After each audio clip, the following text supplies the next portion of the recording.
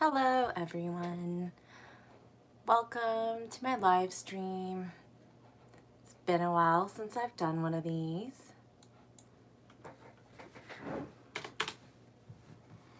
So today we're going to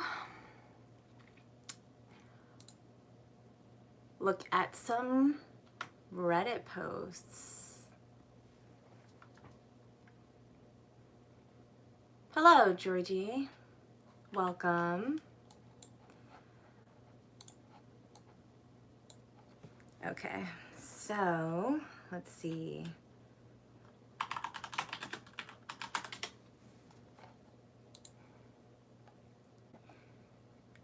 I've done one of these Reddit reviews before, and I really like doing it. So we're going to start out with it, and then if we tangent, that's just fine as well. So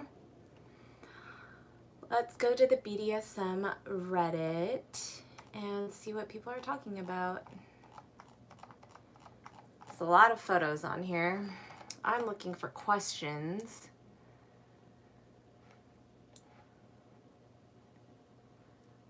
And I don't know if there is a way to compact this a little bit. But yes, welcome everyone. It's been a while. Glad to be featured here again.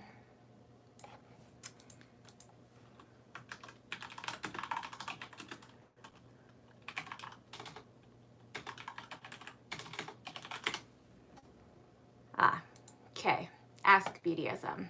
There we go. Let's see.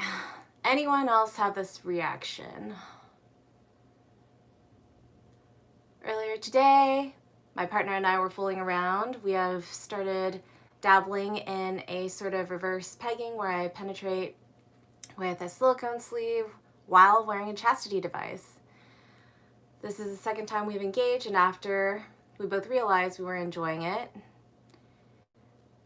she climaxed, I was starting to tremble, and it felt like as if I got off in some way, even though I was having minimal stimulation. There was no physical release for me. We are relatively seasoned in BDSM, but I have never experienced anything like this. Has anyone else had a sensation like that while nothing physical was happening? It was really cool and almost surreal. I really love that. For me, I have had plenty of those because I find BDSM to be very spiritual. And so, like many people in religion, how they have almost like an ethereal type of experience while they are worshiping or having extreme feelings of devoutness, I find that kink is kind of like that, and we don't realize it until it's happening, and it's very beautiful and underrated.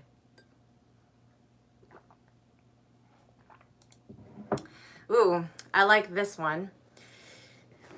Is verbal degradation expected? If I can't take it, does that mean I am not submissive? The answer to that is no. Those are called limits, and I think anything that makes you uncomfortable you shouldn't do, and you should communicate that. Sometimes you don't know what that is, and so you kind of have to experience that in some way, but hopefully the person who you are playing with is going to be seasoned enough that they will go easy and know that it is your first time, and hopefully be able to tell that you are not into certain aspects and definitely adjust to that. So that's a good question.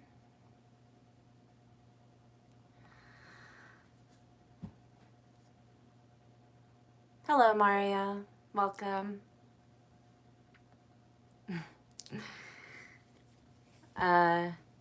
Is it normal to call your partner master or sir in public or around family?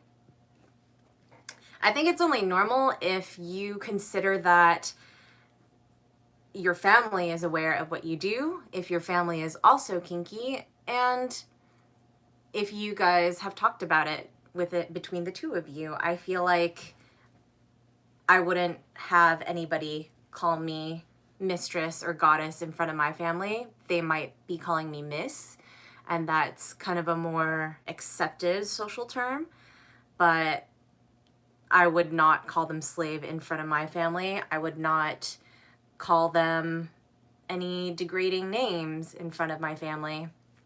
My parents do know, and that's not to say that I'm going to put them in that situation, though, just because I live that kind of lifestyle.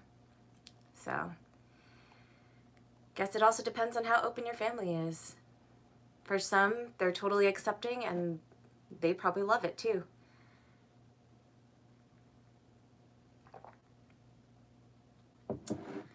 Let's see. And also, if any of my viewers have any questions, feel free to write that in the chats. I'm answering those. For now, I'm kind of talking through Reddit forums because I find some of these questions interesting and I like to answer them through my perspective. So that's what I'm doing today. SJ asks, do I enjoy the lifestyle in my personal relationships? What are your favorite aspects? So I live in kink 24/7. This is my lifestyle. Whether or not I do it for financial reasons or for my own enjoyment, they're kind of one and the same. My favorite aspects, I think, is the dynamic. I feel that power exchange is such a huge factor, and play is kind of hollow without it. I feel that a lot of people tend to kind of create this sort of extravagance over what power exchange can be. You know, it's either really, really fierce because that's what they've seen other people do, but it can also be ignoring somebody, and that can really like take a toll on their submission and really train them and hone them to be the type of submissive that you want them to be, obviously consented. You know, and there's thousands of variations and aspects of different things that you can do per person, and I find that really fascinating, and I love that even with my regular subs and fetishes that I can kind of explore that, you know, to its fullest, and I haven't gotten bored since and nobody has, you know, told me otherwise, so that's what I enjoy. That's a good question. Hi, Adam. Nice to see you. I know it's been a while. Thanks for joining in. Okay. So, a lot of these are from months ago. Oh, this is a good one since I posted something on chastity recently.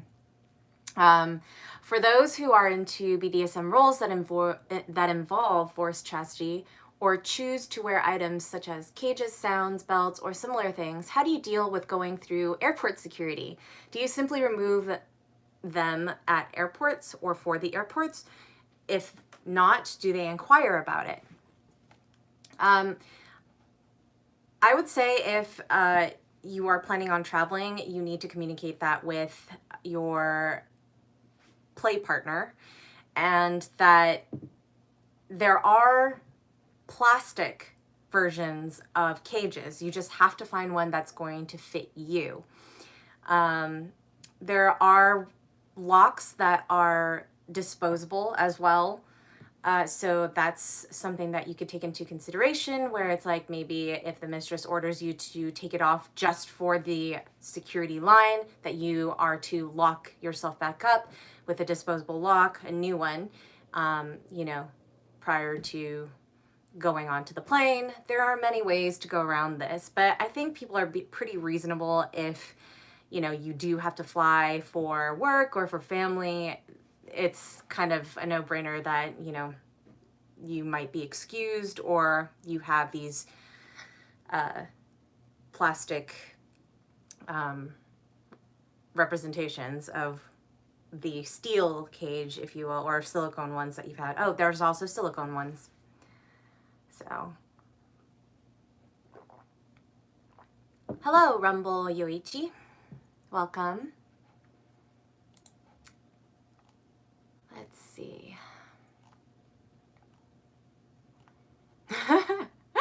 There's one called elbow bondage, and this person's saying, I'm kind of new to bondage. When I tie up my girlfriend's elbows, she thinks it's uncomfortable and that her hands are getting no blood, so of course I untie. Well, there are ways to tie without cutting off circulation as well, so you need to go to some more classes, my dude.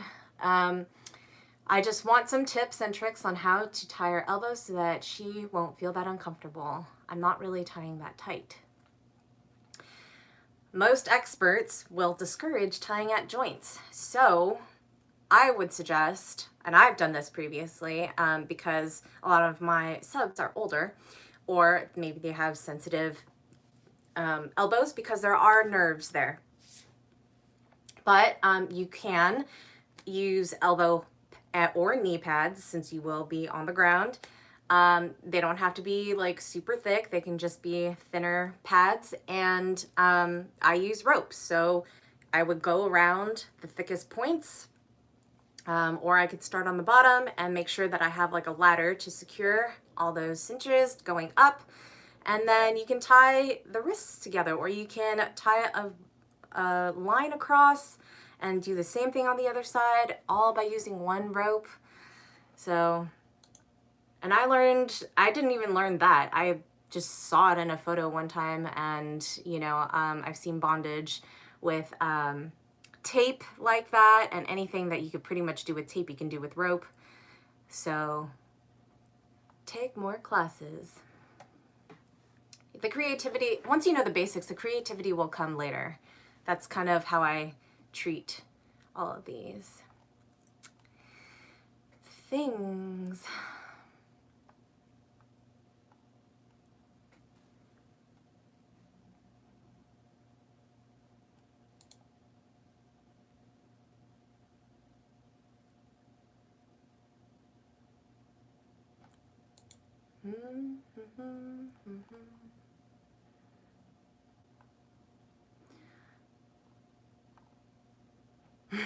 There's a question here that says, do senior citizens do BDSM? And they're saying, asking this question for a practical reason. Do people over 70 also beat the crap out of each other with canes and such? With a fragile body that most older people have, it must be dangerous. Then again, if a couple spent 40 years together practicing that lifestyle, it seems unlikely to me that they'd stop. And somebody actually made a really good point, so I'm going to actually read it because I like it. There are different forms of BDSM. Not all of them are physically strenuous. I've seen at least a few fairly old people doing this stuff, although I can't say if they were over 70. I can. I have had people who were 74, and people, as I mentioned in another stream, with blood thinners. So you do, this is why I always ask my subs or any fetishists that are coming to me for the first time, what are your medical conditions? I don't care if you haven't had a surgery, that's great, good on you. But if you have, where? I don't care if it was years ago, you know, any place that was sensitive at one point can become sensitive again. I need to know if you have allergies, because if you're allergic to latex and I use latex gloves, that's a no-no. I have to know if you have a pacemaker on, because that's no electricity play. There's a lot of things that go into the factors, and a lot of people are just like, no, I'm healthy and blah, blah. And then, you know, when I see them and we play, and I say, why is there a bruise that's as big as my fist on your stomach? And this is a true story. They're like, oh, that's because, you know, I do boxing. And I'm like, you're doing boxing and you're getting beat in your stomach area. I was like, first of all, that's not great, even if you are training. Second of all, you didn't tell me this. I'm looking and visually analyzing your body, and this is my examination. So if I hadn't seen it, if you had a shirt on, I wouldn't know that. And if I was careless, I could have hit that and possibly damaged something. So it's always good to update your top, your mistress, your dom on whatever comes up. Maybe you've been healthy as a horse for a really long time, and then recently you've had to have some work done. You can't assess for that happening. So that is my 2 cents. Ooh. This is an interesting one. Kind of overlaps with what I've already said, but somebody has asked, isn't vanilla intimacy still activating some kind of dominant or submissive part of the brain? For example, missionary brings a feeling of dominance with the one on top. Girl on top can either bring a feeling of dominance to the rider, or makes the rider feel submissive, depending on if they are worshiping or creating a service. And anything that ends with jobs also can make the giver feel more submissive. I mean, it's all about the power dynamics. I feel like that's kind of what turns people on. But some people don't think about power. They just think about, you know, being physically served, and, you know, that can go both ways. Obviously, with intimacy, it does, because, you know, I don't think it would be a lasting relationship if one person only got fulfillment. Unless you have that dynamic already set. And we're talking about vanilla right now, so this is not, you know, DS or anything. Somebody's asking about vanilla. Hello, Ava or Ava Tar, Avatar. Welcome.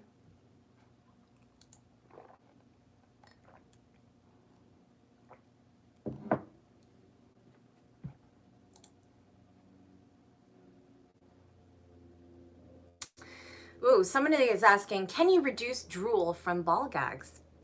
Somebody says that they like gags, but they don't like drooling. Is there a cleaner option? Yes. Asians like to use cloth. And so when you take a handkerchief and you fold it multiple times, I'm going to use a napkin, to something like this, you create a kind of gag, and you put it right where the mouth is supposed to be. They bite down, and the fabric absorbs the moisture. Eventually, depending on how long that's kept there, if the gag isn't changed out, or if you are put in a position where your mouth is kind of prone to gravity, then you may end up having drips along the way, but that's up to your top to kind of assess whether or not you get to be ungagged or to change the cloth.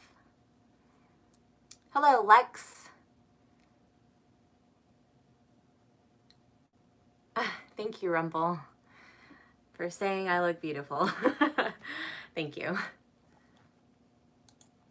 And since we have new people, I'd just like to reiterate, if you have any questions to ask me, that's perfectly fine. Please do so respectfully, and I will answer them to the best of my ability and through my perspectives. Right now, I'm just going through Ask BDSM Reddit to kind of answer stuff that other people have asked, and to go over certain topics because I think they're very interesting, and either I haven't gone over them before or I have new perspectives on how I would like to answer.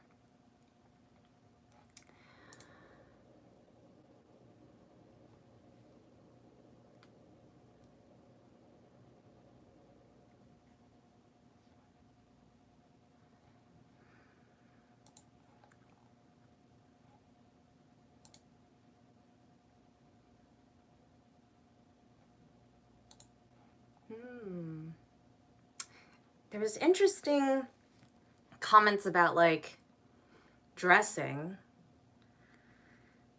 like attire, but nothing that's really popping out to me. Maybe I should go back further.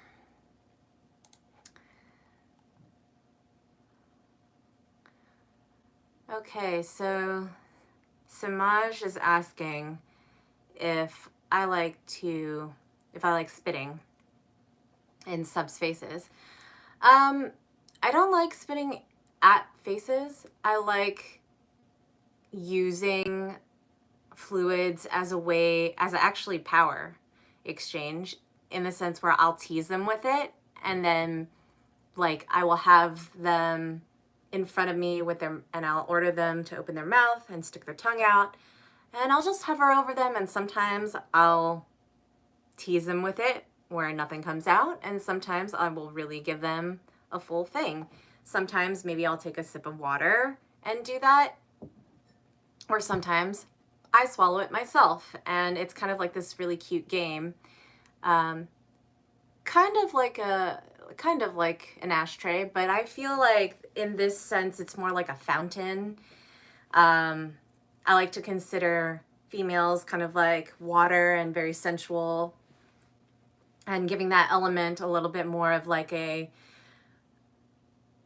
you know how women give birth? It's kind of like that. I'm giving that kind of thing to somebody else, and having something like saliva, which is created by myself, is a gift, and so I'm gifting in a rebirthing sense, if that makes sense. Rumble Yoichi says, can you give some advice for someone who wants to start in BDSM stuff? You kind of have to be a little bit more specific. I don't know what that means for you. Do you know what dynamic you are? Do you know what your interests are? I do have previous YouTube videos on, let's say, like the differences between a sub, a bottom, and a fetishist is. So it kind of really depends on what your starting point is and like where your interests began. Samaj, have you ever had any non-binary trans subs? You should watch my short film, Transform. That's all about that. My lovely model, Zoe, is a trans femme, and I created that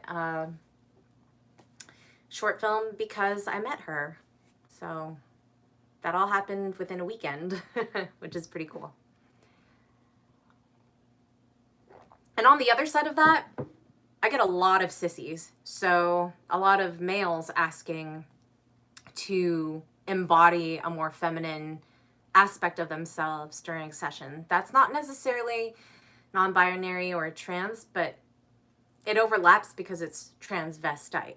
They're literally transforming their vestige, what they wear, vestige, their apparel and their whole encompassed being into something other than masculine at the time.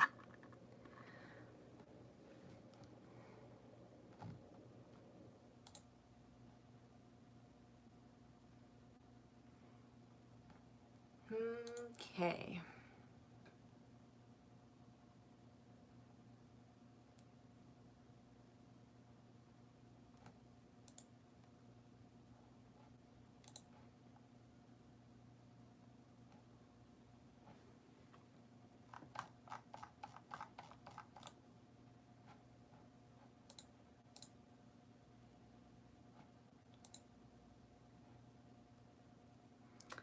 If your master or mistress proposed marriage to you in an imperative way that would fit within your lifestyle, oh, would that fit in your lifestyle? Or is that something that you would insist being done in a more traditional way?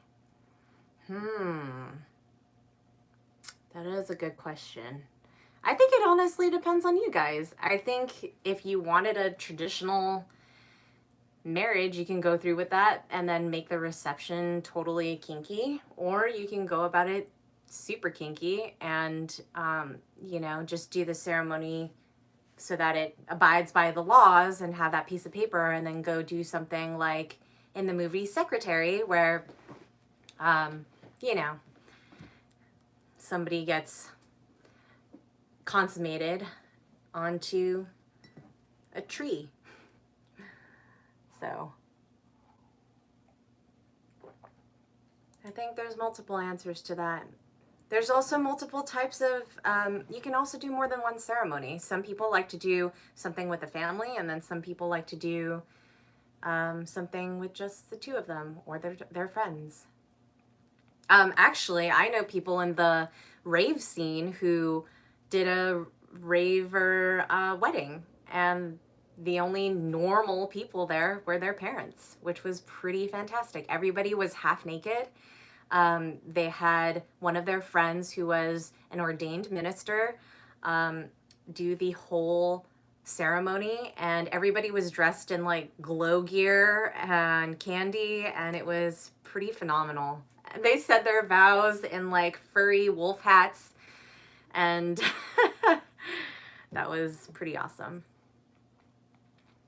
Lex, may I know which age is your youngest customer, if you remember? Just curious.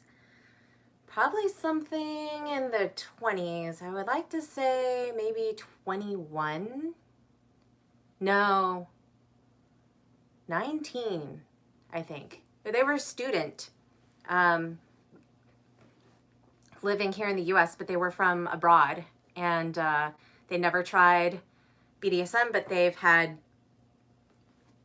you know, an interest in it, and yeah, they wanted to see what it was like. So with a US mistress, I suppose. So that was kind of fun, kind of breaking in newbies from abroad. But no one under 18. I don't even think I've played with anybody who's 18.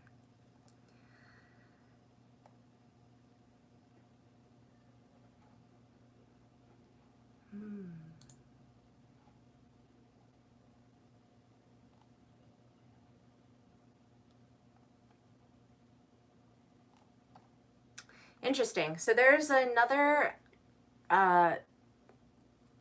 topic that is talking about untangling internalized anti-sex narratives. And I think this kind of comes with a lot of people who have been kind of traumatized sexually, unfortunately. So I think that's, you know, could be people who were molested or stuff like that. And I feel that obviously therapy is one route to go that is going to be required. But another thing that is essential is to have somebody who cares for your well-being and then can carefully discuss and is patient enough to navigate what your interests are, whether or not that has to do with actual intimacy or sex. Regardless, there has to be intimacy there, but it depends on whether or not that person is also ready for that, or if they need time and just want to explore the dynamics, because there is such a thing as just exploring dynamics and not necessarily making it sexual at all. So I think that's a really interesting topic to unpack, and I've kind of done a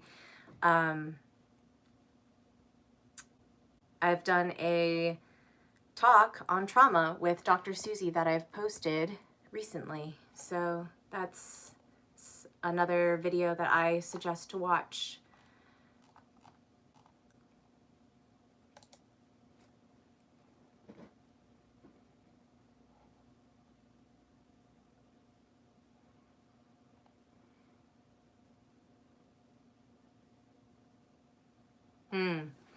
This is also a very important one.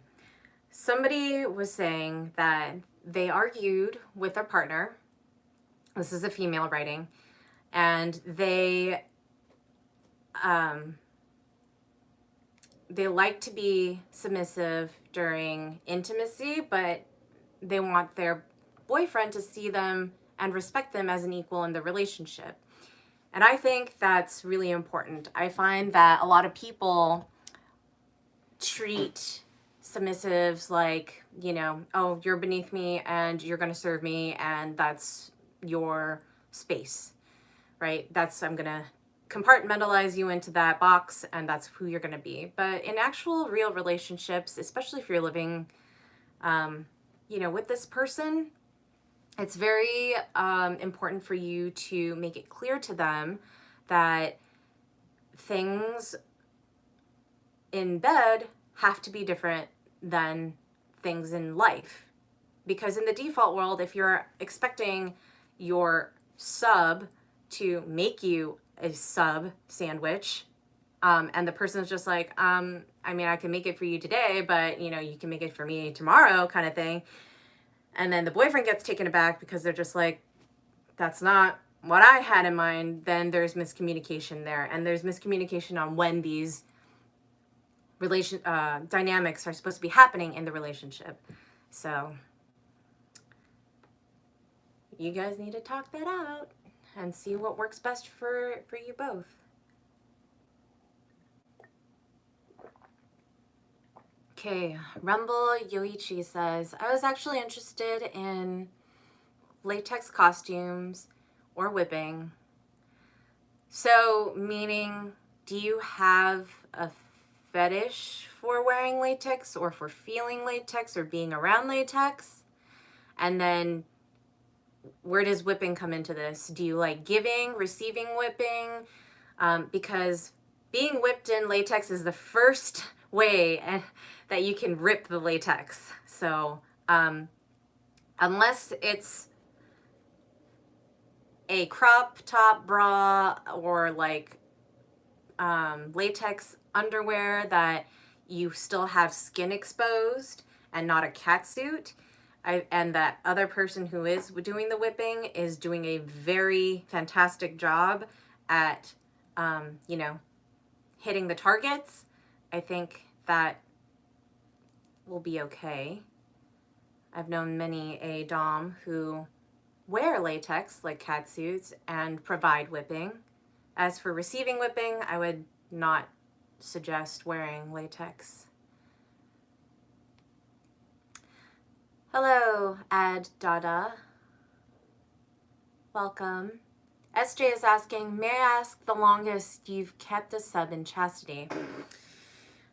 Sadly, I hate to say it, men are weak and they can't stay in cages for very long, unless I find that the older they are, the better they are at keeping in chastity because their hormones aren't as new and frequent.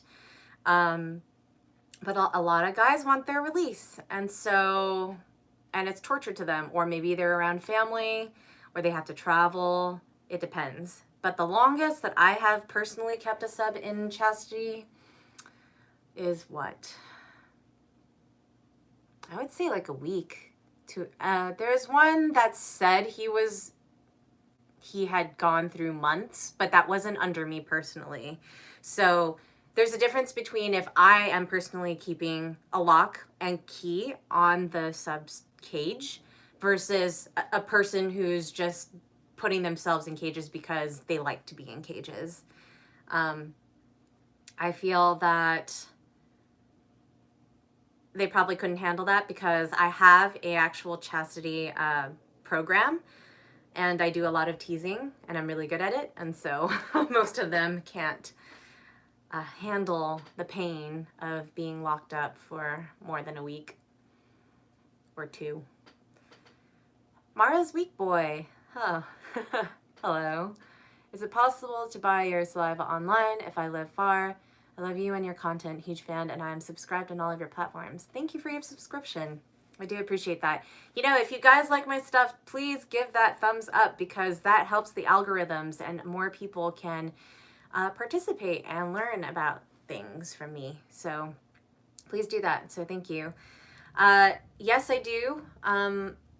If you're interested in that, do email me. My email is mara@dominamarra.org. You can also view all of my possessions on my possessions page on my website, 𝕂𝕚𝕟𝕪.com, for all the things that I own and sell. So check that out. Okay.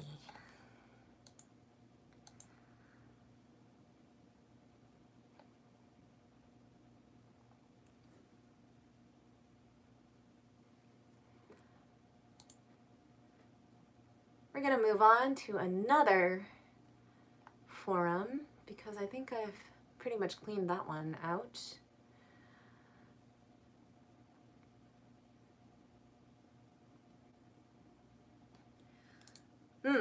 Somebody is asking, how do you even get into the BDSM community, especially in a state that isn't very well known for thriving in it? I feel like no matter which city you're in, even if it's not the most metropolitan, there are going to be kinksters there. And you just have to find them. Whether or not you kind of just slip in a certain comment if you feel like somebody's being kinky, or if you're open about it, and you want to take that chance on sharing that with other people, just be ready that not everybody is going to accept it, but you might find some kindred spirits that are right on the surface, and perhaps they don't want to talk about it in public with other people around, but they will reach out to you, because I'm sure that they would want to speak with you about it, because they've been in the closet too. So for me, it's that, and just finding events, although that's going to be a little bit tricky for the rest of the year, I feel. But I hope people are managing with staying indoors. Online content is the way to go, and I've been producing more of that. I've also been changing up my interiors, as you can see. I'm going to be doing a studio tour and house tour soon, so look out for that, because I need to film more stuff, and I'm tired of having super white walls with nothing on them. So stay tuned for that.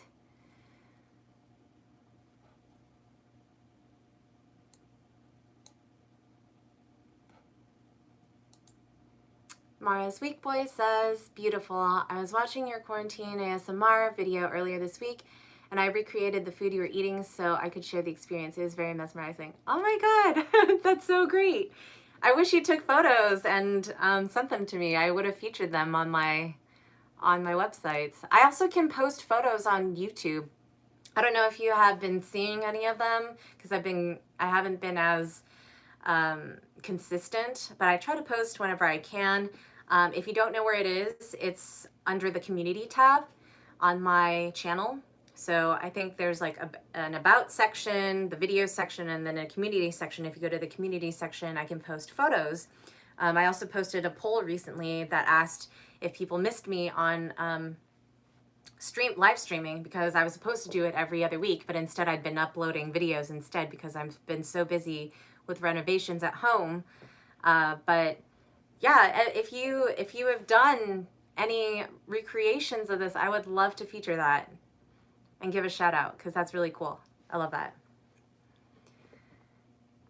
I hope you enjoyed that. My favorite is the champagne drink, because mixing that with a elderflower liqueur or some sort of orange blossom or some sort of floral accoutrement to go with it is like one of my favorite ways to kind of decompress after a really long day. I've also been really into seltzer waters recently, and mixing that with random things. Like recently it's been a rum kick, and Whiskeys, I tend to just do like old fashioned, so I wonder how much everybody's been partaking in libations ever since lockdown started, because my bar has been depleting of bottles and bottles. I don't know if that's a good thing. Definitely not for my liver, but yeah.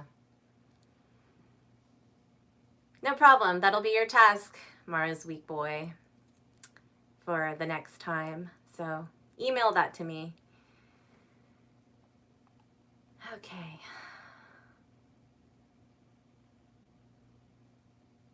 Oh my gosh, I love this. I love this question. If men started hiding their nipples the way women did, do you think eventually women would be conditioned to start becoming sexually aroused at the sight of man's breasts? Why or why not? I mean, okay, this is twofold, right? The reason why women are sexualized in that way is because they give birth and have to feed from the breast. But also that similar act with an adult is pleasurable. That could be for men as well, but it's a little different. The shape of a woman is also very different. They're more round, they're voluptuous, they're very sensual, and men are a little bit more harder and more angular. And so I feel like, and women find that attractive as well. So I feel that because men have shown their upper half bare for so long, that it's not really going to go away as to something to be like covered up. Like, they're already sexualized also in the sense that if you have really nice pecs, really awesome, you know, and you work out all the time, there's going to be something to look at. But I think, and I also think that it's really cute when, like, I'm in West Hollywood or when I was in Chelsea in New York, that I saw like males wearing pasties, and that's to like be really fabulous and match their outfits, and in a way that is kind of sexualizing. I don't know if it has the same arousal. There is that mystery that perhaps whoever they're with sees as, you know, a tease. Hiding any body part is going to be a tease, and that can be through stockings or through full covered shoes and stuff like that. So I think just because they're like men's chest areas are always bare, and then hiding it at, you know, at one point, I don't know if that's really going to take anything away. I think anything that is already hidden without being seen the first time can be mysterious. I don't know. But a lot of people go see the same strippers too. So, and they know what they look like. And it's always a joy to see that same body part being like released and free. So, yeah.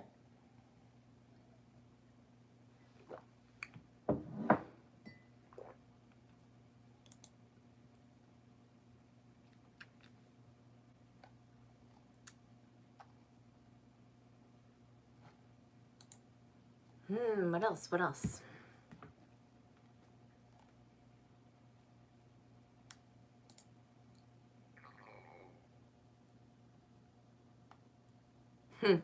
Okay, this isn't really a kinky one, but I really like it, and it's a philosophical thing philosophical statement and question that I always ask myself as well. Those who grew up with a good father or mother, what is the most important thing you learned from them? And somebody said, quote, "You are the only person you have to live with for the rest of your life," end quote. In other words, take responsibility for what you do, learn how to move past your mistakes, not just past them, learn from them and not do them again, and realize that your actions have consequences. You guys saw Breaking Bad because that whole series is about consequences. No matter if you did good or bad, something happened. afterwards because that was triggered. It was a catalyst. Every action has a reaction kind of thing. My great-grandma always said, quote, "Wherever you go, self goes with you." End quote. And other people are saying you can't outrun yourself. Today is the first day of the rest of your life. You know, and I think I've said this in a different review or a live stream, but I can't stress it enough. If you have a clear conscience when you leave this world, you can leave knowing that you don't have any guilt for anything. Yes, people make mistakes, and if you've done something to redeem yourself of it, or if you've learned from it and plan to never do it again, those things kind of add up into better character development. I want to go out from this world knowing that I had integrity, that I did the best thing that I could have done in every situation possible, that I was just being the best that I could at every given time, even when points were low, even though I had really bad days. Like, the fact that I gave it my all and was doing the best at that very moment is enough for me. So that's how I treat kink as well.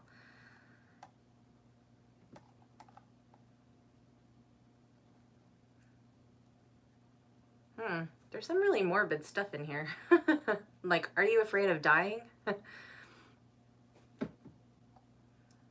Interesting. Oh, I like this one. Hello, false Devo. What non-sexual thing feels very sexual? This is kind of like foreplay, right? It's like any innocent act that happens can technically be misconstrued as to something dirty. This person says, when you're sitting next to someone and they lean over and reach across you to grab something, that's like the classic, right? Or like the whole like yawning and putting your arm around a person kind of thing. It's all these little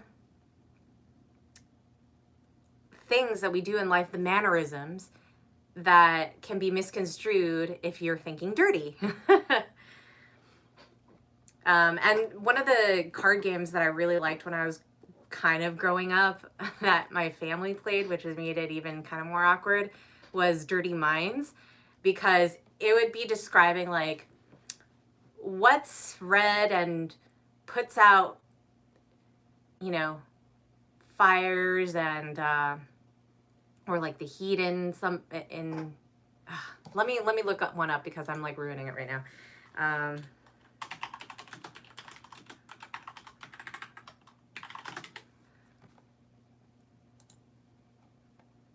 Let's see.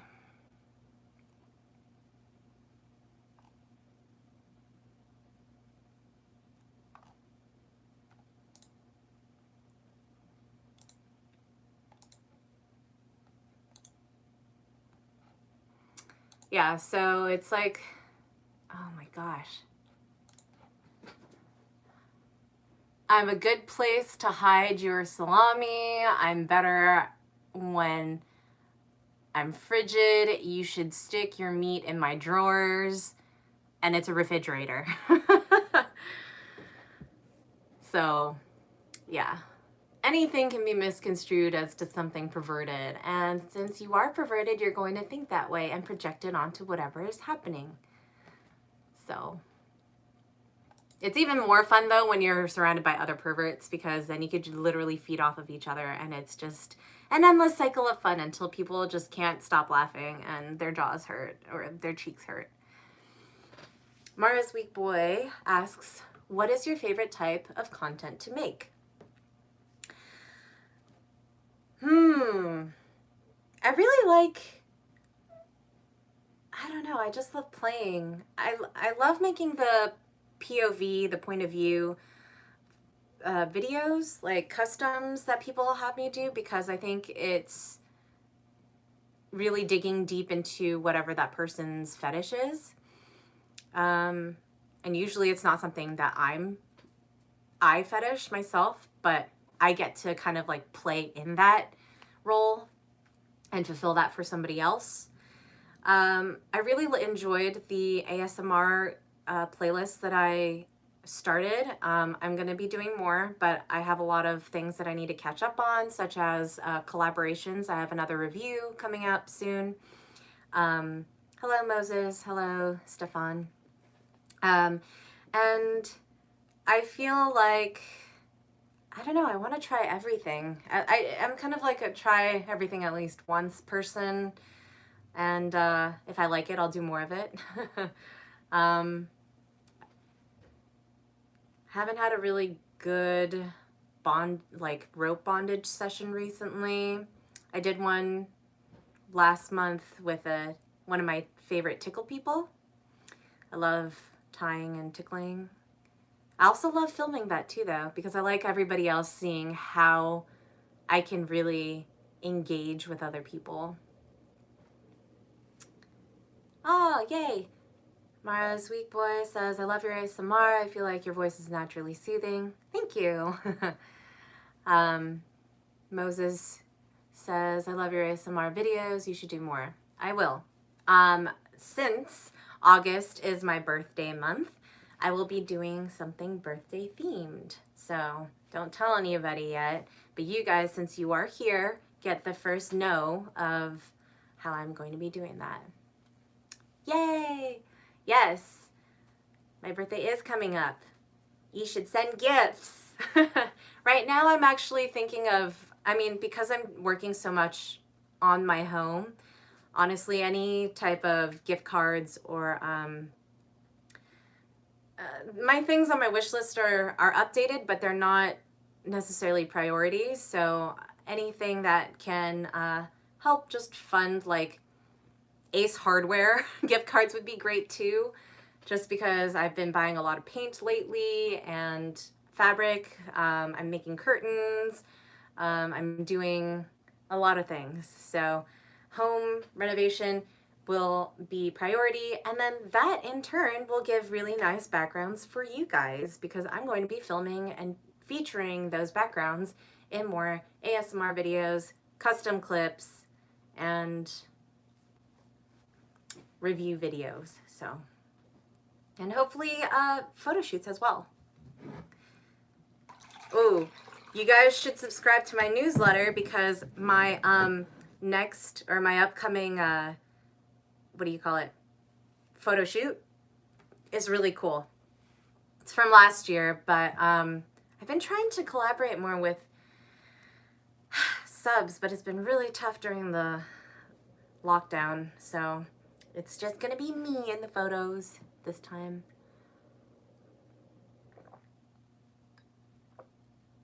Mara's Weak Boy says, that's what I had in mind for my queen. My $sign is your $sign. Thank you. Do appreciate that. Oh no, what is the dumbest thing you've heard somebody say? Oh man, there's a lot of these. I don't know if I want to open this can of worms right now. But I do have one off the top of my head that has to do with kink. And that's, I heard a domly dom. If you don't know what that is, I have a YouTube video on that. It's like a macho dom who thinks he knows everything, hasn't really taken a lot of classes, maybe watched a YouTube video or seen somebody else do it and thinks he knows everything about something and is like super like, yeah, I'm the dom. I've heard one of those at a private event say, oh, well, your wrists are hurting, it's okay, because the girl was tied up, and she was saying, hey, can I please get down or something like that, or like I can't, something to the effect, and he was just like, oh, you're fine, you know, you're a sub, you can endure it. It's like, no, if the person can't handle it anymore, you let that person go. You untie that person. He wasn't even checking to see if her hands were able to squeeze, if they were cold, getting cold because the blood was rushing down her arms. I don't even know how long she was hanging up there for, but I really despise that. Like, oh, just because you're a sub, you can handle it. That's for you. No. No, no, no. No, no, no. Moses says, same here. My birthday is this month too. Happy birthday in advance. Keep up the good content. Thank you. Happy birthday to you too. A lot of us are Leos. A lot of my colleagues are also Leos, I found. So.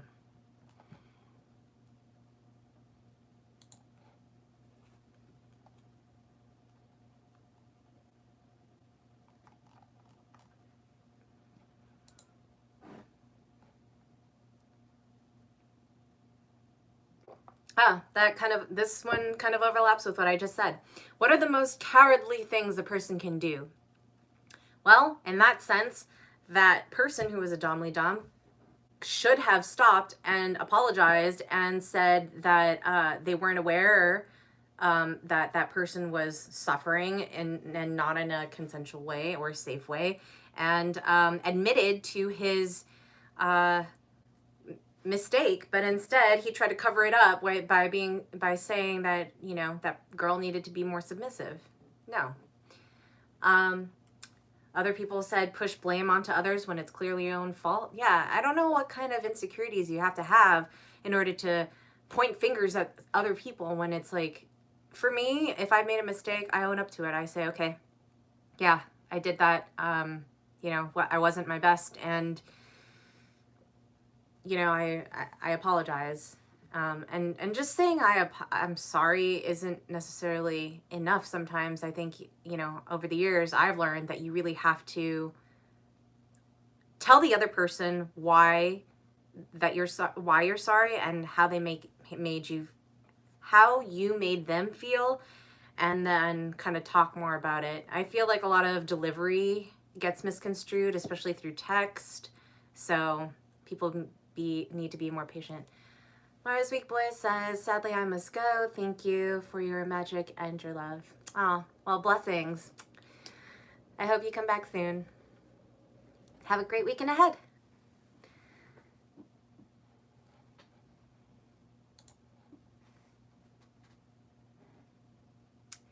And let's see. What is one thing that instantly makes you think, this person has no manners? Oh, the first comment is really good. Or the latest comment. Somebody said, standing in the middle of an aisle at a grocery store, not returning the cart. I really hate those people too. You know, it's just common courtesy. If you can't even do common sense things and be courteous to your fellow human being while you're out and about, it doesn't matter if you're a celebrity or a hobo. Like, sometimes I find that some hobos are way nicer to me than random people that I meet coming out of churches, you know, like on my travels or something. It's really bizarre. And then vice versa. I've seen, you know, hobos being extremely degrading to everybody because they're in such a crap predicament. But it's kind of like, well, how did you get there in the first place? So, And then people with money, people with a lot of money end up having just the worst manners ever. And I'm just like, man, either you got that money after the fact because you weren't born with it. People I feel like who were born with money, yes, they can be spoiled, but at least some of them have manners. I don't know. It's a mixed bag. Oh, yes. Coughing or sneezing without covering your mouth. That's a big one now. People not wearing their masks. It's like, it's a courtesy for everybody else. Even if you don't think you can get sick from it, do it for other people. Do it for the people who are going to be higher risk.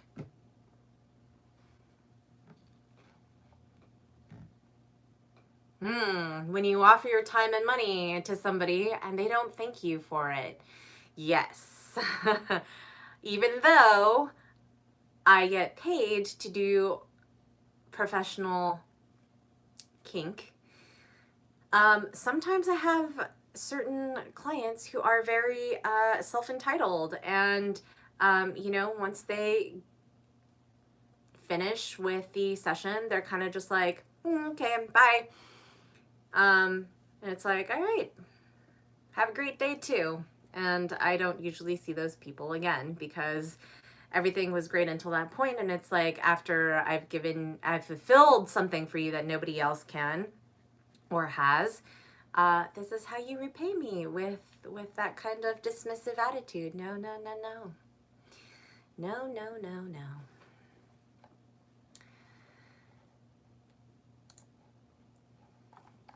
This is also why I prioritize people who write in full sentences, address me as Miss or some sort of title instead of just, hey Mara, what's up? It's like, sometimes I don't even get that. Sometimes it's just hey or hi. It's like, I'm a human being with a name. This is my chosen name. Call me by that.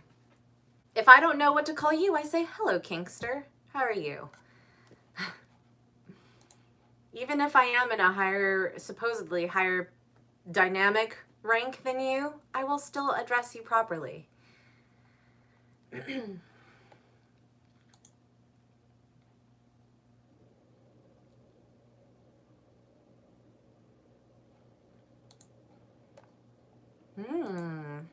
All right, let's jump into first time BDSM questions.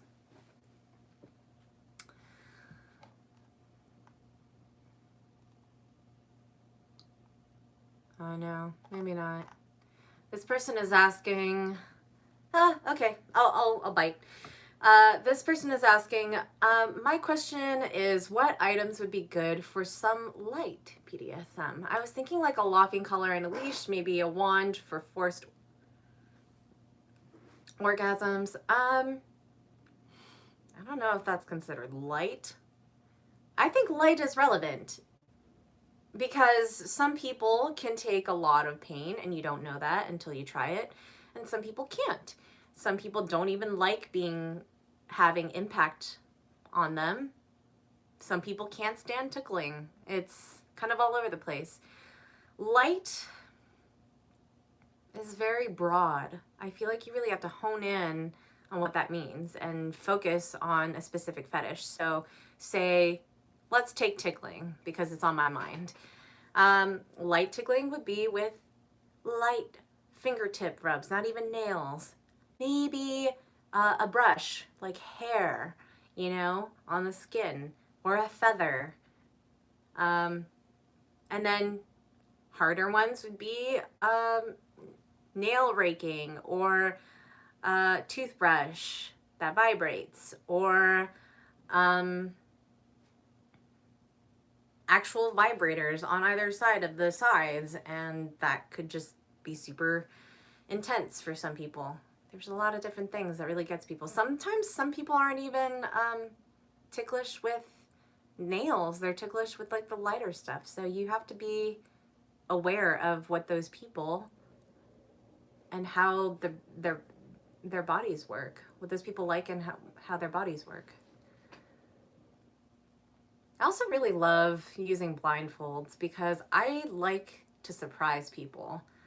I recently had a scene with somebody where they asked for 400 spanking / paddling / impacts, right?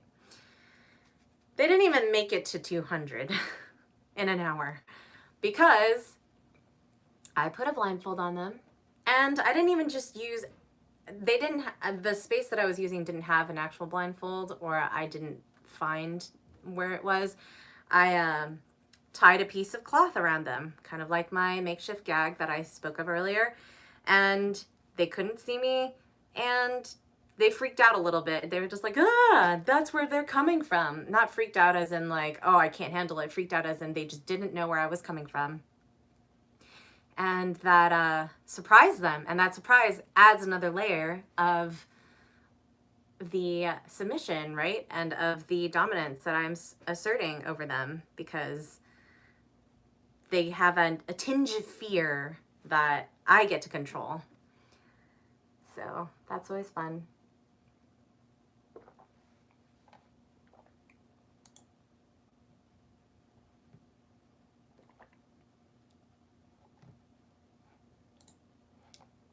All right, moving on.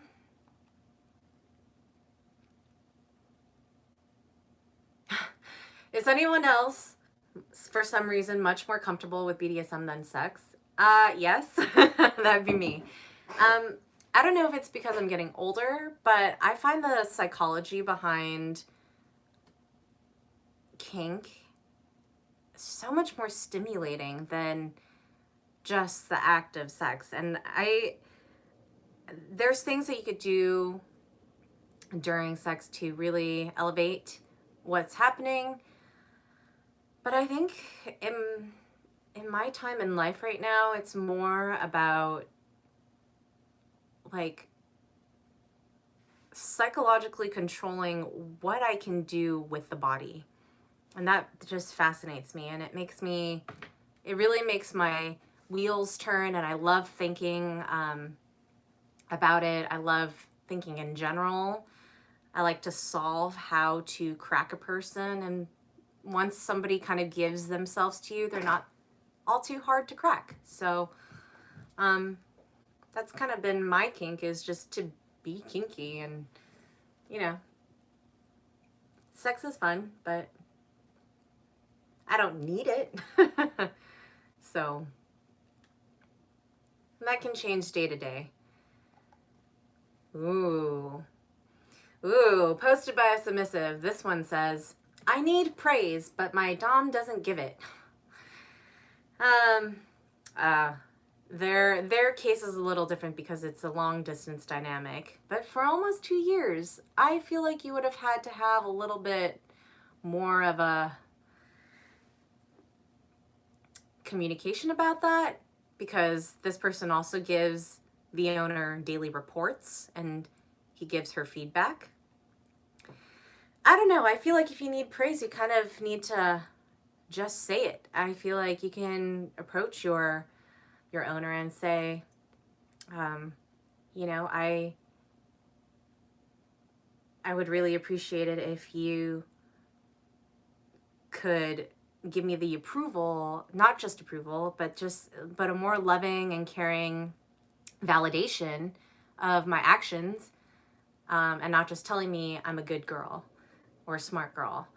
I feel like, you could do a lot more than that and say, you really outdid yourself this time. There's tons of ways to say certain things, and if this person doesn't know how to do it, maybe they themselves haven't been receiving that. So maybe the sub can also try stating what a good dom they are, and kind of like the good things that the dom is doing, kind of give them that in return, and maybe the dom will kind of catch on and be like, oh, this is what she wants. I got it. Or maybe that person needs to figure themselves out because they could be young, or they could, again, not have experienced that themselves. So that's a good one.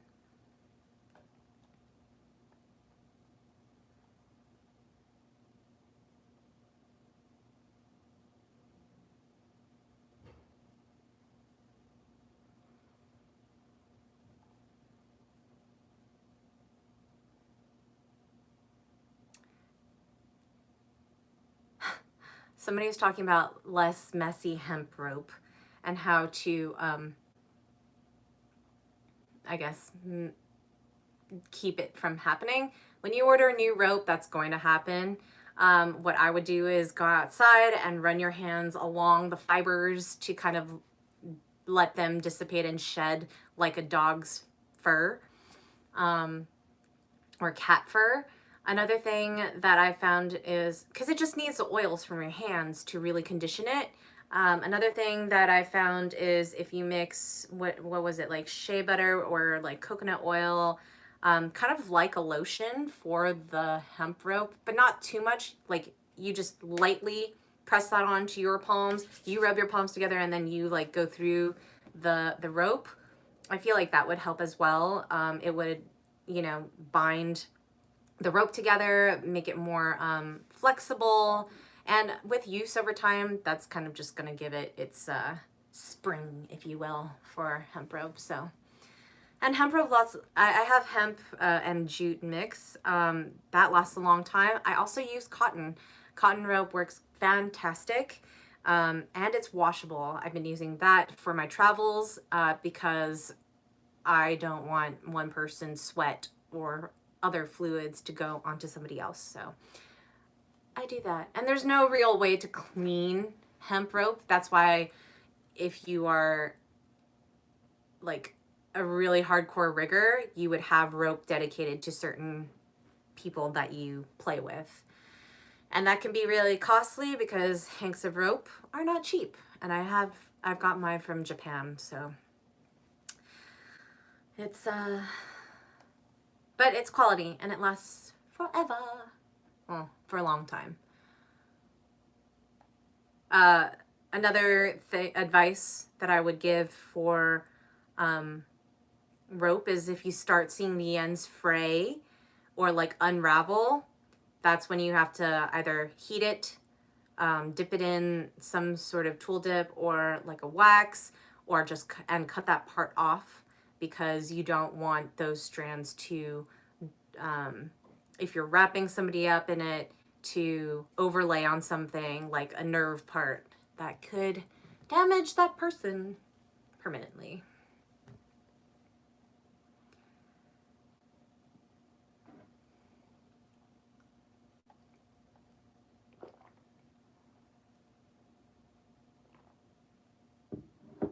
This one's interesting. This, oh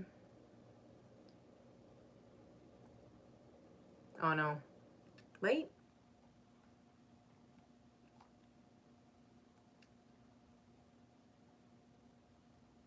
Yeah, so this one's interesting. This person is a brat, but she wants more structure and wants to submit. And this person, who's the sir, has basic set rules for her. Like they can't, you know, orgasm without permission. But I guess he's struggling because they're now moving into more of a relationship rather than just BDSM. And I find that that's kind of like one of the struggles with actual, with being in the kink, right, scene, because you got really intimate with your play partner, and sometimes you almost kind of start to fall in love with them, and it's natural. And I find that as long as expectations are communicated, where, let's say, I mean, if two people are single, awesome, because maybe they can start a relationship in that, a romantic relationship on top of their BDSM relationship, and that might work out.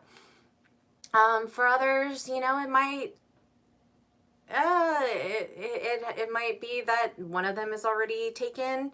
It might be that one of them is in an open relationship, and it really depends on where you guys fit in that woven tapestry of life. So,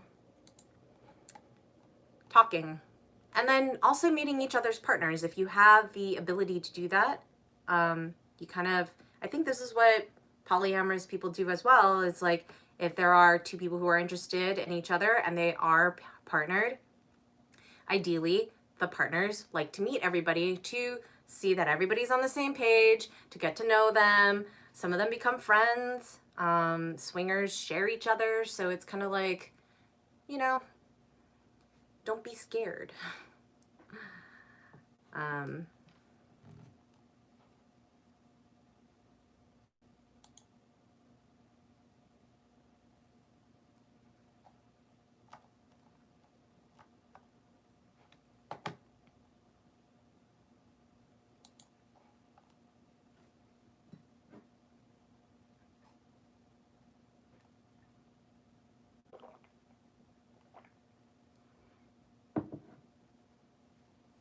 Oh, no.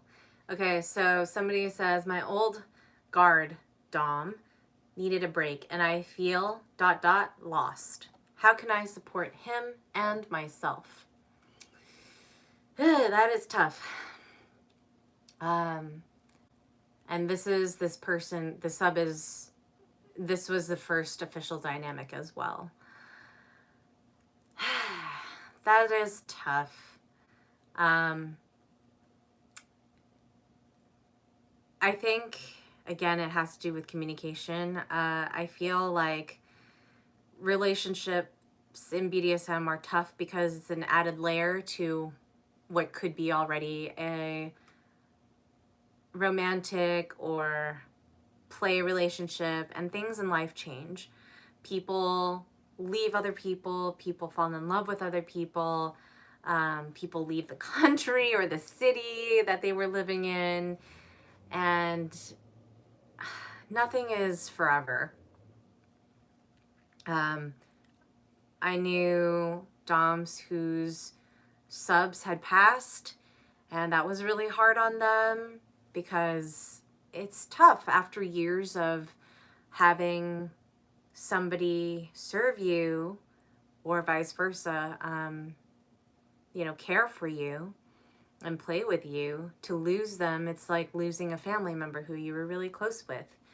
It's like losing a spouse. And so I feel like having a great support group, whether that is a therapist or close friends who knew both of you so that you could talk about it, or, that support group is really important. And for you to be able to open up and share past experiences or relatable experiences is everything. And then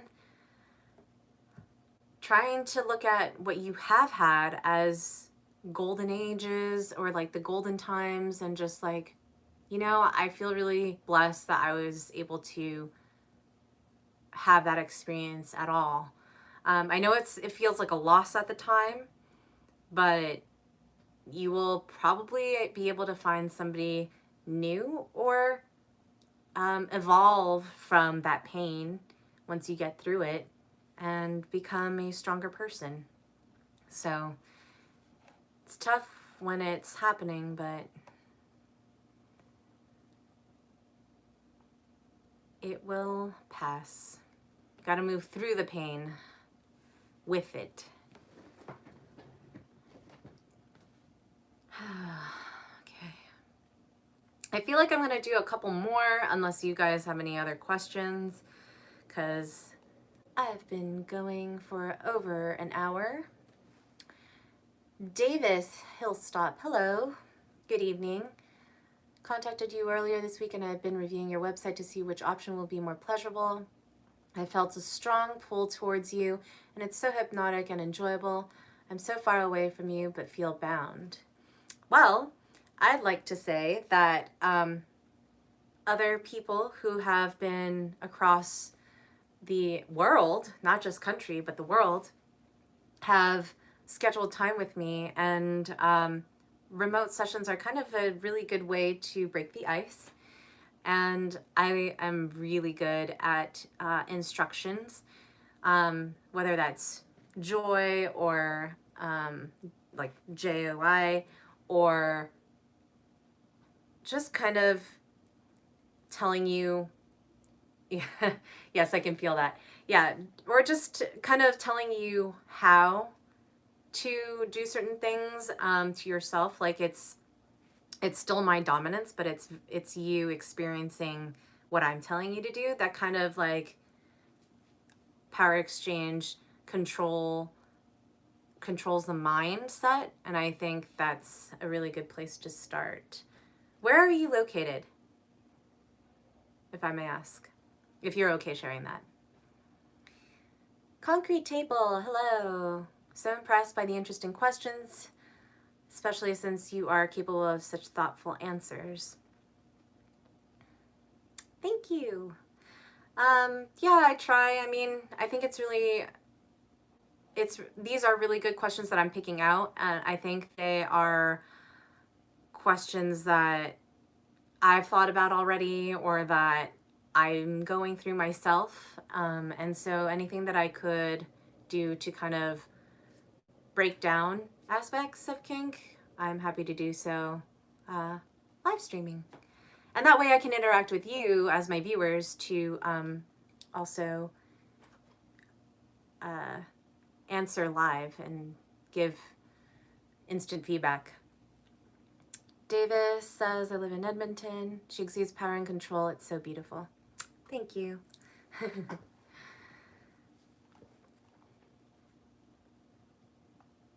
And as I mentioned, if you have any questions, yes, feel free to ask.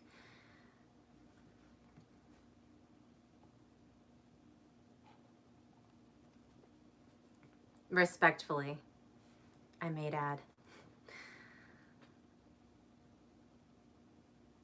Okay.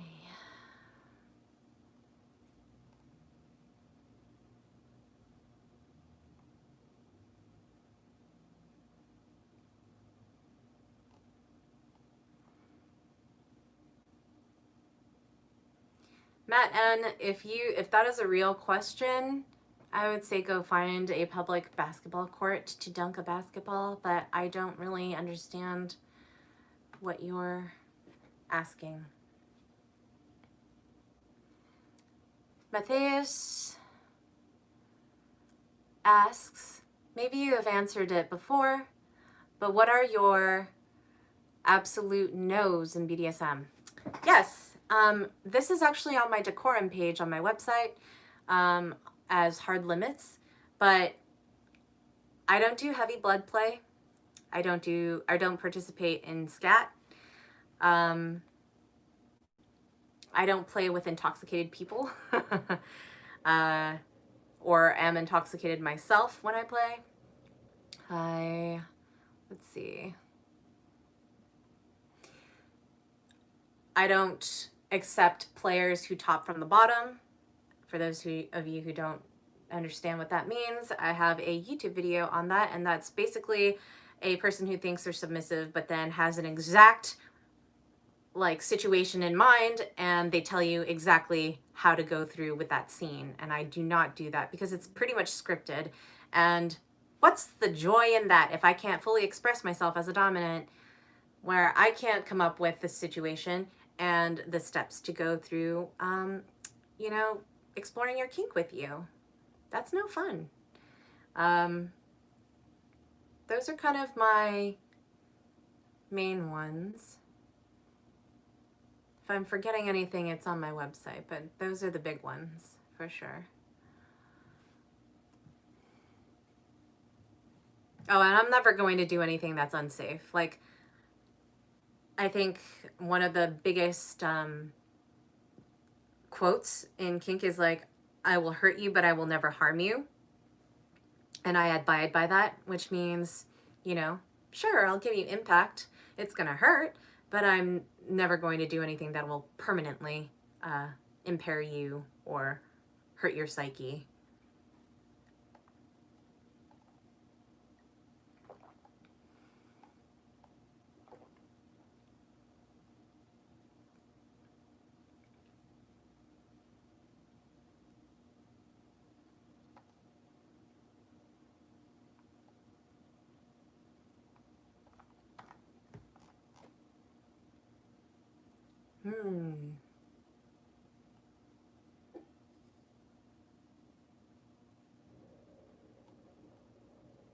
So this person is asking how to ask. They've been married with their husband for almost 5 years.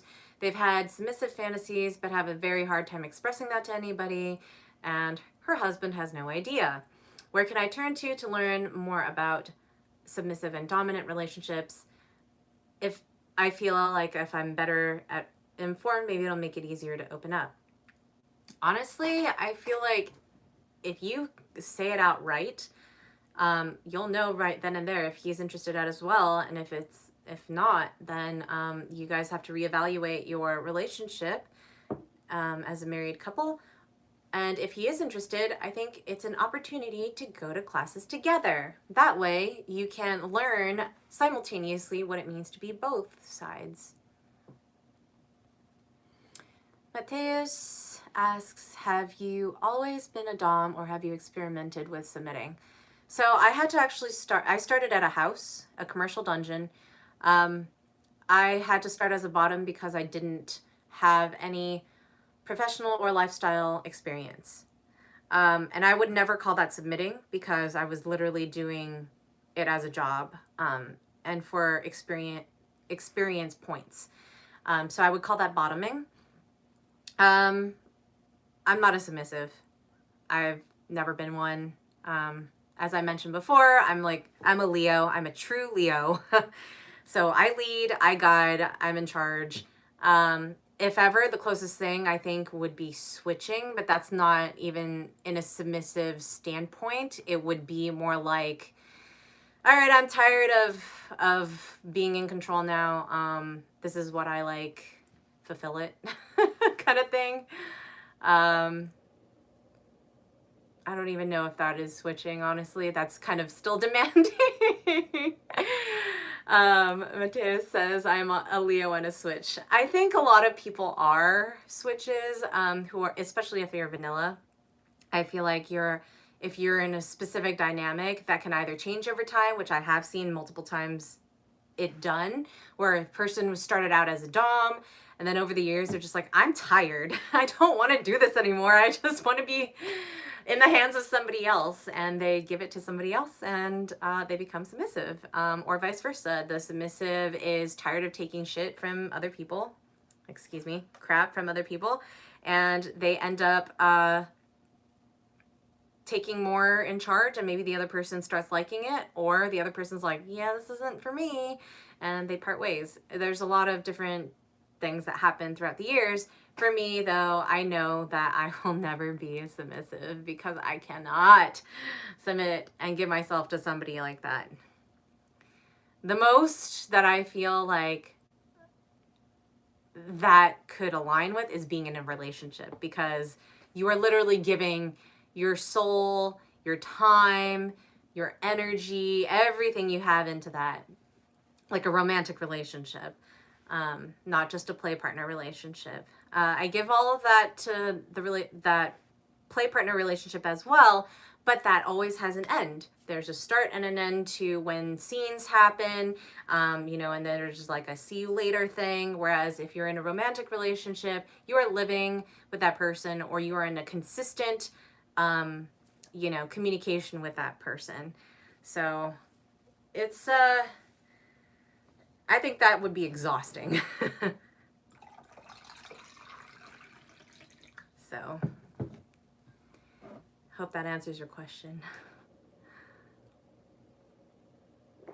And if I don't plan on becoming a dom forever, which is probably not going to happen, I would still be a kinky pervert. Like, there's always going to be a part of my mind that's just like, what if, they had no panties on, or what if, they tied that shirt around their, mouth, or what if, there's always like a what if situation, but like in a dirty way for me. So,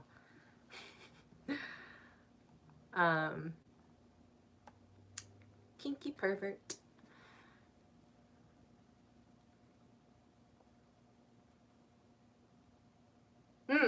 This person had brought up subbing in the time of COVID.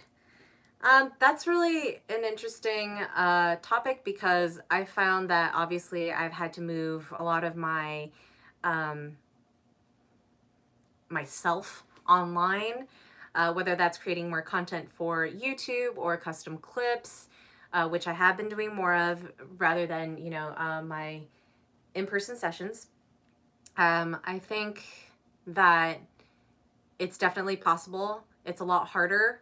But if you've already started long distance relationships, like Davis said up there, or with Adam, who I've played with, who's across the globe, it still works. There's still the dynamic, and you're building blocks before until you can actually see them in person. And since I do travel, hopefully that does happen in the future once lockdown is lifted. Matea says, yeah, I've been in a romantic relationship where my partner was extremely submissive and I kind of felt exhausted at times, which is why you're a switch now. Hello, Chester. Or Cheester. Sorry, Cheester. Yeah, I think living the dynamic 24/7 can be tiresome. But if there's ways that you can kind of ease in and out of that dynamic where, if it's exhausting for you, where you can just be vanilla at times as your break, I find that that also is really helpful. But having a partner that is extreme in that sense, who probably doesn't want that break, that can be challenging. Like for me, doing YouTube and stuff like this is an outlet for me. Another outlet for me is dance, because that has nothing to do with kink, but it's still my body physically expressing itself. You know, it's a form of art. And as you can see, I'm an artist, so it's just creative forms of expression, but not having to think of like being in control all the time. If ever, it's control of my own body, right? It's like when I dance, I'm focusing on how I'm breathing, on how my form is, the next position I'm supposed to go into, or if I'm free forming, like not to injure myself by bending back too much, and realizing what my limitations are with that. It's the same thing as kink, whereas like you have limitations with people's boundaries there. For me, I have limitations with what my body can do. Like I cannot do the full splits yet. Because I was taking yoga for so long, I was almost able to do that, but then because of COVID, I'm stiffer than I was 5 months ago. So, yes.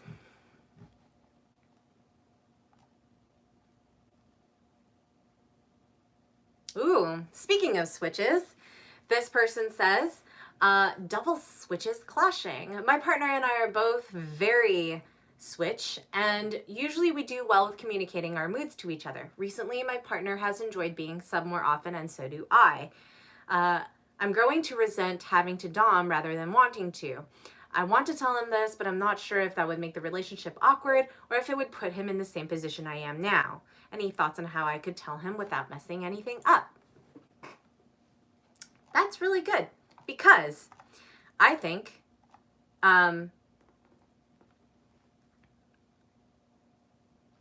you both need to tell each other that. If he is not comfortable being more dominant, perhaps you need to both find somebody who could dominate either each of you or agree to see the same dom. And that way you both get to be submissive at the same time together and experience being dominated by the same person. I think that would be really fun. And that is what I seek to do with a lot of couples. So I wish I had more of those, actually. More couples. Ba, ba, ba.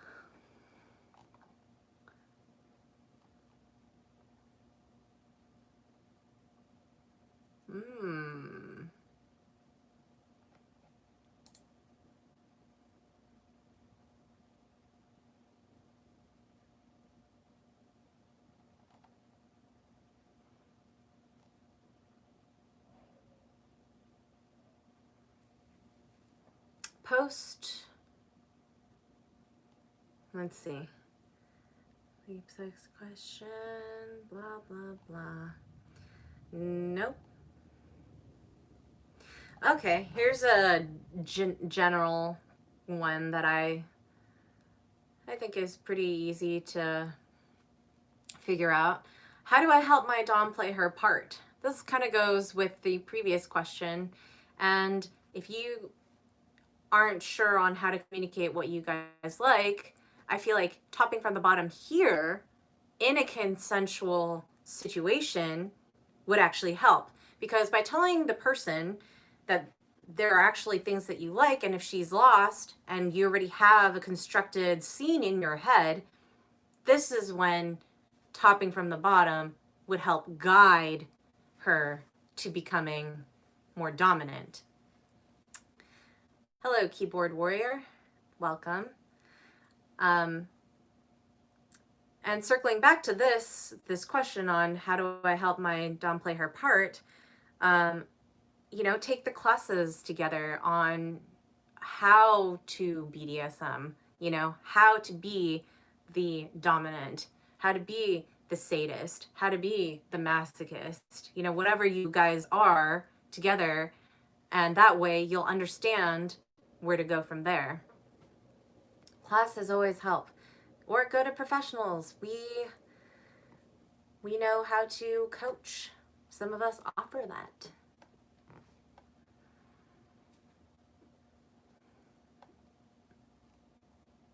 that.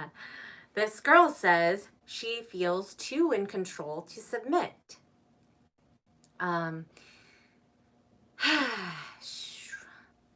She says that she's a switch with a stronger sub tendency, and her partner's doming style is very gentle and caring. However, she needs to, I guess, relax her state of mind to be able to submit more. And I feel like the guy isn't taking enough control of the situations and is kind of more of like a father than a daddy, if that makes sense. A daddy is like, has a fistful of hair kind of thing with the leather. That's kind of what we envision. And then kind of the father figure is just like what every ideal father should be, which is firm, gentle, caring. They can see other people, so they're not exclusive. And she can get the domination she needs from other people. However, she wants this specific person to do it.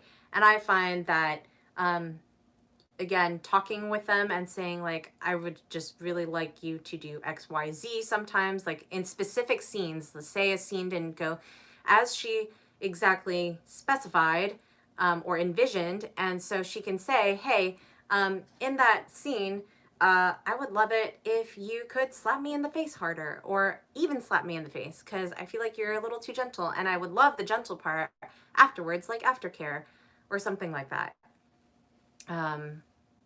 Giving specific examples on what could have happened may inspire that person to do that in the future. So, and also just watching other people play. Maybe if you go to, well, not now, but like when it's safe to do so, go to clubs and, parties that other people are in who are more experienced, and you're seeing something happen in that dynamic that is similar to yours, you can take that home with you and be like, I should try that. Or how can I convert that to something that I think that she will like? And since she's a masochist, what can I do to safely make that more extreme for her? So yeah. Oh man, it's almost been 100 minutes since I've been streaming. Well, if there are any last questions, let me know now. I may be on for another 10 minutes or so. Otherwise, I'm going to keep going with a couple more questions that I'm going to be answering before I take my leave.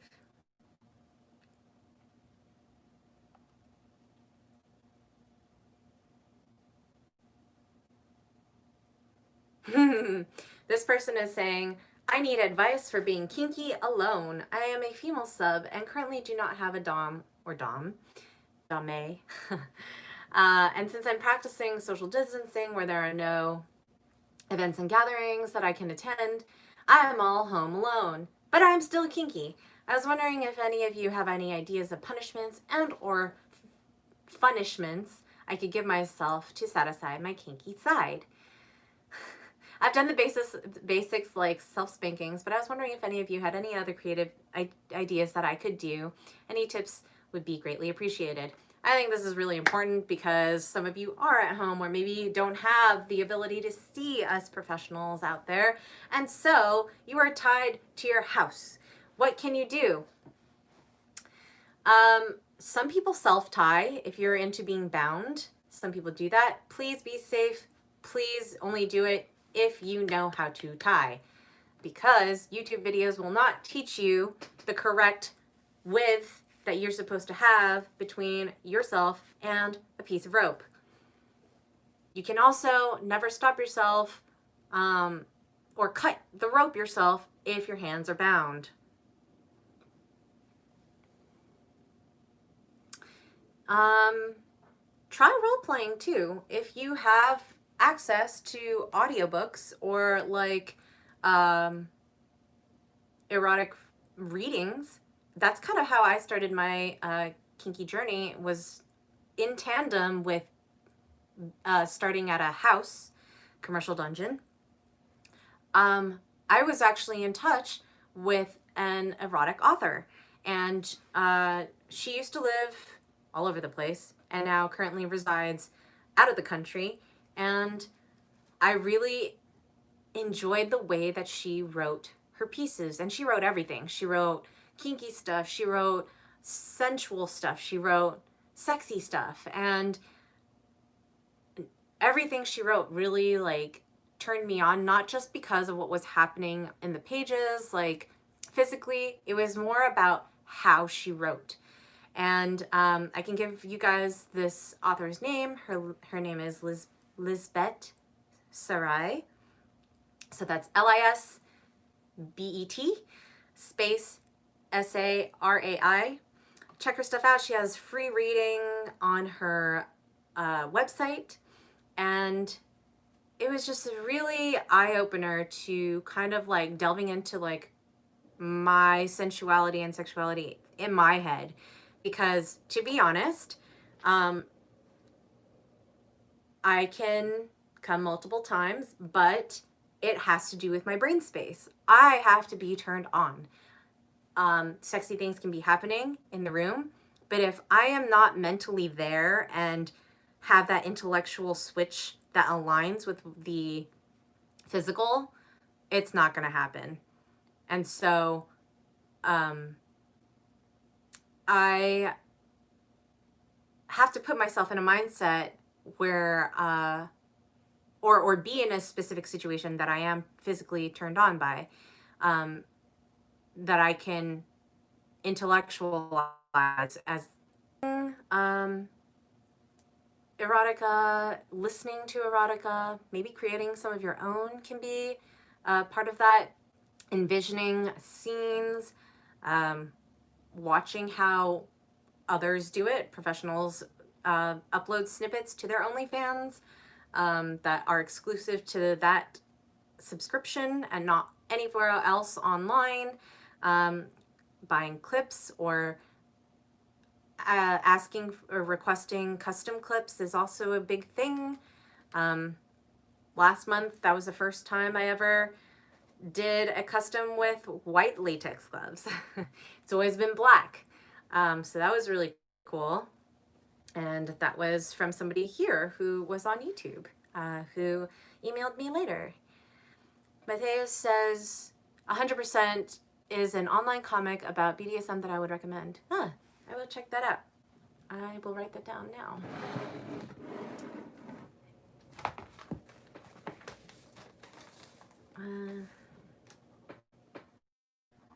Thank you for the recommendation.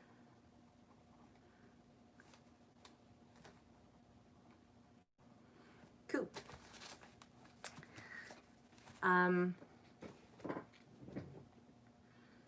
Somebody mentioned as a response to this, maybe give yourself tasks and rewards. I do that with myself all the time, actually, because I am so focused on recreating my home. You know, and I found, due to the pandemic, found an online mobile app game that I am obsessed with, and they made Actually, it's 2 games because it's under the same company umbrella. So they're sister games. That takes up a lot of my time when I'm not cleaning the house or creating content. And so what I do with myself to discipline myself is every morning when I get up, I can play around. It takes energy because it's a free game to replenish. So like in 2 hours, my energy bar will become full. But in that meantime, I have to get up and I have to complete one section or fix a section or restore a mirror that I recently got, sanitize something else. I have to do something in a part of my house to be able to play my next round in that game. It's so dumb. I feel like I'm my own mom, but I have to do it because otherwise I'm just going to stay in bed all day and just play this damn game and not do anything else with my life. Same thing with editing photos. Like I really got into this game and pushed back photo editing. No, yesterday I edited like a third of my August set, so it'll be coming out hopefully by Monday when I release my newsletter, my monthly newsletter. And so I'll be able to finally say, hey guys, here's the photo set, rather than what has happened previously, but that's because I've actually been busy and traveling and stuff like that, where my monthly photo set comes in half the month later and it's like, okay, it's already like, you know, I'm just giving an example, February 14, Valentine's Day. Hello, where's the photo set? But I guess Valentine's Day is a good day to release something, which is when I released my film Transform, because it has to do with love and yourself and loving other people who have become other versions of themselves. So.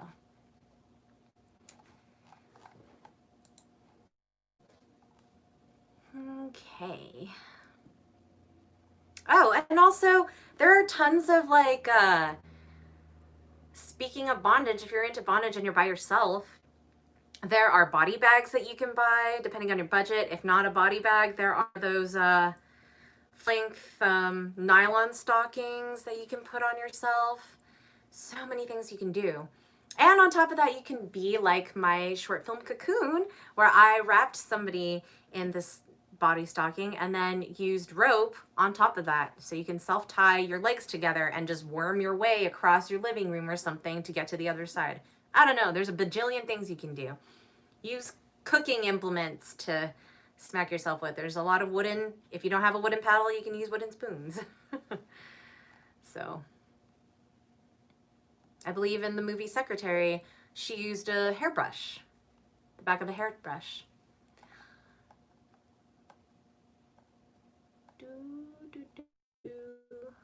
All right, let's see. Let's do 2 more.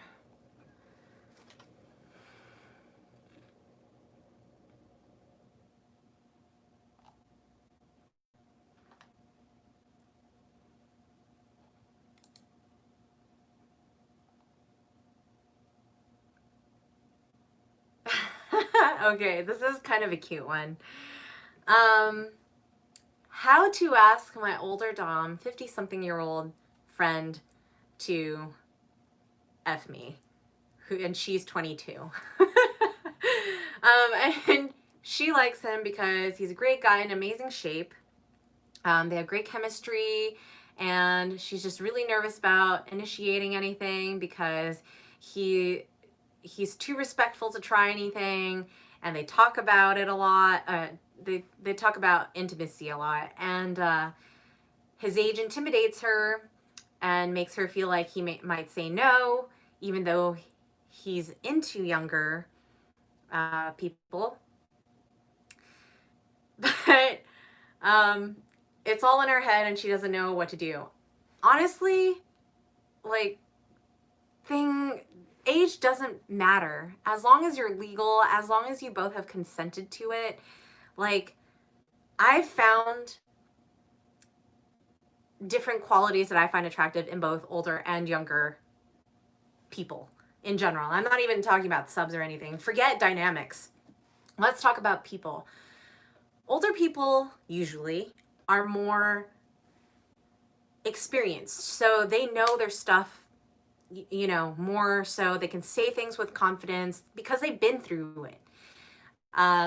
If they're in amazing shape, that's even more impressive, because 18-year-olds, 20-something-year-olds who are in the lower 20s, they're going to have amazing bodies for the most part because they're young. They have the metabolism to do that. But if somebody is older and you know that they work at it, that's even more attractive because they are disciplined enough to make sure that they're staying healthy, that they are putting their body through regimens and to good use to make sure that they have a long lasting vessel to be in for the rest of their life. Some person said to me that they really loved my long hair at one point, and that was because back in the day with psychology with physiology, sorry guys, physiology, long hair meant fertility. If you grew long hair, that means that you had lots of vitamins and like the ability to just be like a woman, right? You're somebody that that other people would want to mate with. That's what they told me. In this sense, it's kind of like the equivalent, I guess, with an older person. Like if you see like a hot female or male, and they're putting in the work because they want to, they like their body that way, you in turn, that's a reward that you in turn can see and visualize, and you get attracted to that, and that's a reward to them. So that's part of that. And I think with younger people, it is a confidence thing. I think they need to build that up. You know, this girl is scared that this person is going to reject them, or that, I don't know, they might think that it sounds stupid when she asks. But in all honesty, maybe he's just waiting for her to say, yes, okay, you know, I consent to this. Maybe he doesn't want to seem like the creep, because with older guys and younger girls, it is a tricky slope. So I say go for it, you happy 22-year-old. The worst thing he could say is no, and that's not that bad. You can still be friends and talk about sex. So, Maria says, love your makeup today. Thank you. Okay, last one. Unless anybody else has any questions for me, I'm going to do one more.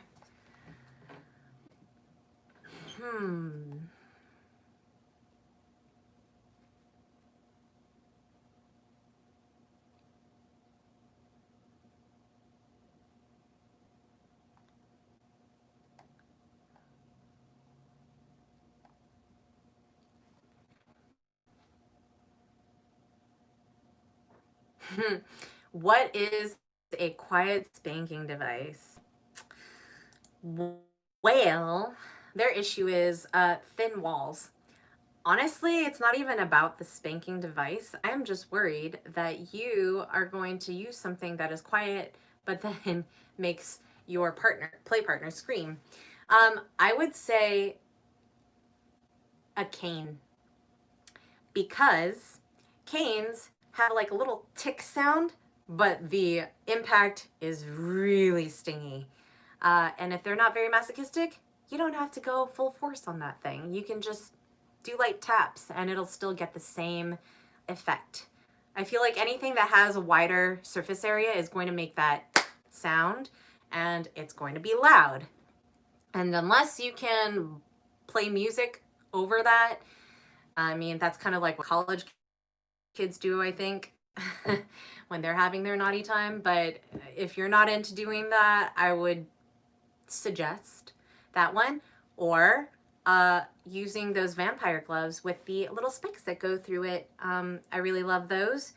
I don't use mine enough, but they are leather and have metal spikes going through it that when you spank, oh, it really leaves an impact. And like I said, the sub is going to be the most audible thing in the room.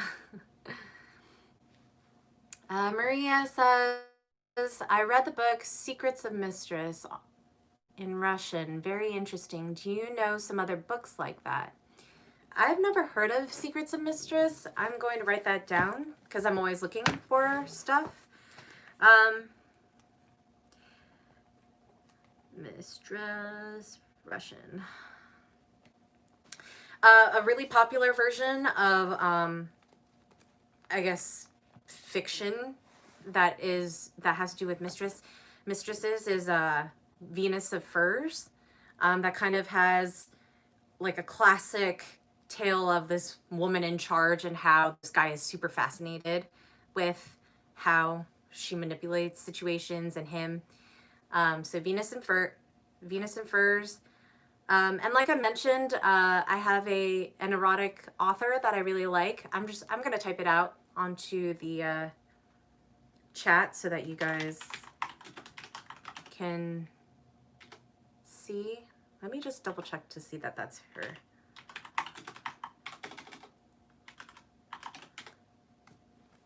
Oh, Lisabeth. My bad. It's like Lisa. That's her. And she has, hang on, she used to have a,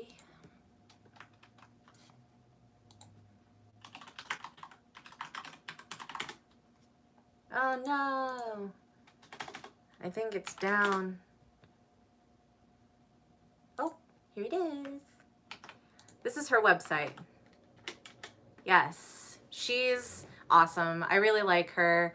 I just love the way that she describes like the sensuality of things and how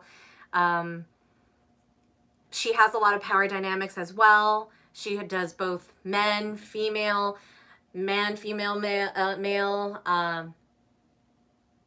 all male, aliens. She goes to outer space. She does, oh, one of my favorites was anamorphic. She transforms a, how do you call it? A woman or a guy into a cat. And I helped kind of inspire that because she was taking suggestions. One point, she has the elements like, what is it? Water and wind and fire and earth. I also commissioned, so she used to have these monthly prizes where you could win her writing something like a short novel or a short story, and I won one of those. And one of them was that I wanted to do was a continuation of the elements. So she had written the earth and fire one where there was a female earth character and a male fire one, and how they mixed together and fell in love. And I really wanted to do one with water and wind, so I commissioned her to do that, and she printed it out for me, and it was really wonderful. I still have that. She also is featured in this book called Switch, and that is about a female dom who later becomes a switch because of a guy that she just was mesmerized by. Let me see if I can find it. It looks like,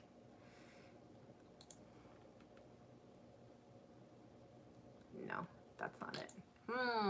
Short stories.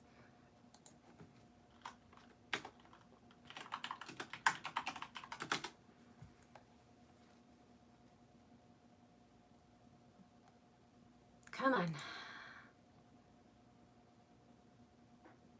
Man, there's too many. There's too many with switches in them. No. Hold on. One more. Let me try one more thing. Short story.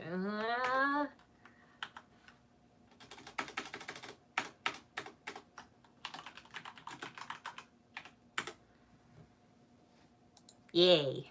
Found it. Okay. There. That's the one. I actually found this book in, oh man, it's out of print. I found it in an old bookstore, a used bookstore in San Francisco. This was years ago. This was like 2011, maybe 2012. I don't even remember. It was a long time ago, but if you can find it, I recommend it. It's fun. But yeah, you're welcome. Have fun. And there's many versions of Venus and Furs. Of course, there's Story of O. That's a classic, but that's more of a woman in a submissive position.